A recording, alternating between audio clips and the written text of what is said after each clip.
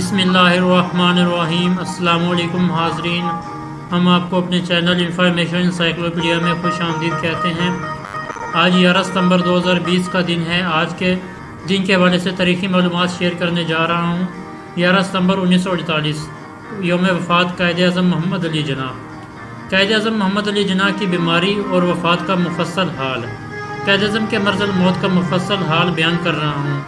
کبھی بیٹھ کر سوچے تو صحیح، جس شخص نے تمہارے لیے اپنی صحت تباہ کر لی، تم نے اس کے تحفے کی کتنی قدر کی؟ تم نے پاکستان کو دیا تو کیا دیا پاکستان کو؟ 1930 سے جناح ٹی بی کا شکار چلے آ رہے تھے۔ یہ بات صرف ان کی بہن اور چند دیگر ساتھیوں کو معلوم تھی۔ جناح نے اس کا اعلان عوام میں نہیں کیا کیونکہ ان کے نزدیک یہ انہیں سیاسی طور پر نقصان دے سکتی تھی۔ 1938 میں اپنے ایک حامی کو وہ خط لکھتے ہیں: تم نے اخبار میں میرے دوروں کے بارے میں پڑھا ہوگا۔ میں اپنی خرابی صحت کی وجہ سے اپنے دوروں میں بے قاعدگیوں کا شکار تھا، جس کی وجہ سے میری صحت خراب۔ کئی سال بعد لاؤنٹ بیٹن نے کہا، اگر انہیں جناح کے خرابی صحت کا معلوم ہوتا تو وہ یقیناً ان کی موت تک انتظار کرتے اور اس طرح تقسیم سے بچا جا سکتا تھا۔ فاطمہ جناح بعد میں لکھتی ہیں کہ جناح اپنے کامیابیوں کے دور میں بھی سخت بیمار تھے۔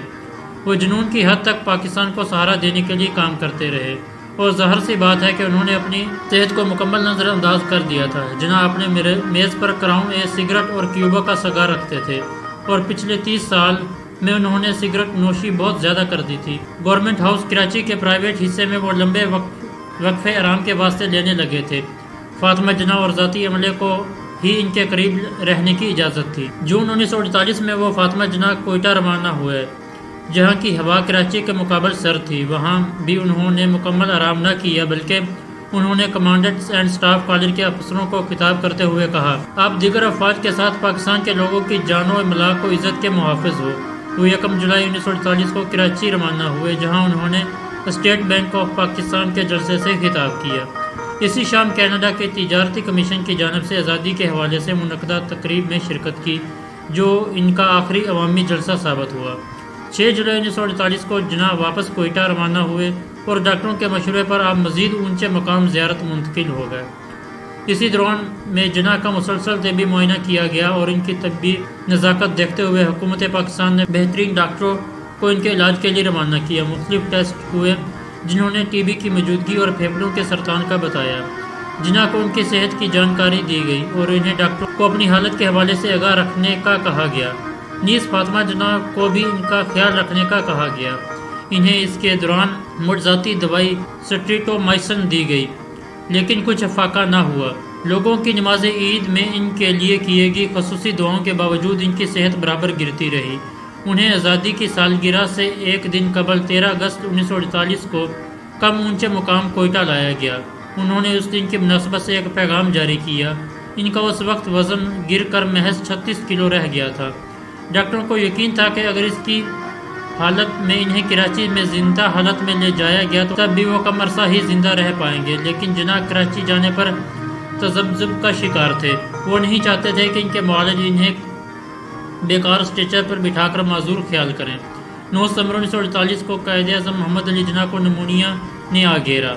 اب ڈاکٹروں نے انہیں کراچی کا مشورہ دیا، جہاں وہ بہتر علاج کر سکتے تھے۔ ان کی رضامندی پر 11 ستمبر 1948 کو کراچی روانہ ہوئے۔ ان کے ذاتی معالج ڈاکٹر الہی بخش کا اندازہ تھا کہ جناح کے کراچی جانے کی رضامندی انہیں اپنی زندگی سے مایوس ہونے کی وجہ سے تھی۔ 11 ستمبر 1948 کو وائکنگ طیارہ، اس وقت یہ طیارہ پی آئی اے کے میوزیم شاہراہ فیصل پر موجود ہے، اس روز کراچی کے اس ماڑی پور مسرور اڈے پر اترا تھا، جہاں 13 ماہ پہلے قائد اعظم دہلی سے تشریف لائے تھے، تو ان کے استقبال کے لیے چاروں طرف سے سر ہی سر تھے۔ مگر 11 ستمبر کی شام کو ایئرپورٹ پر ان کی 6 رکنی مختصر سی کابینہ میں کوئی بھی اپنے قائد کا دیدار کرنے حاضر نہیں ہوا۔ آج ہمارے صدر مملکت کسی صوبائی دارالحکومت پر اترتے ہیں تو پروٹوکول کے مطابق گورنر اور وزیر اعلیٰ ان کا استقبال کرتے ہیں، مگر 11 ستمبر 1948 کو یہ پروٹوکول کہاں درا کا درا رہ گیا۔ قائد اعظم کی آمد کو انتہائی خفیہ رکھا گیا۔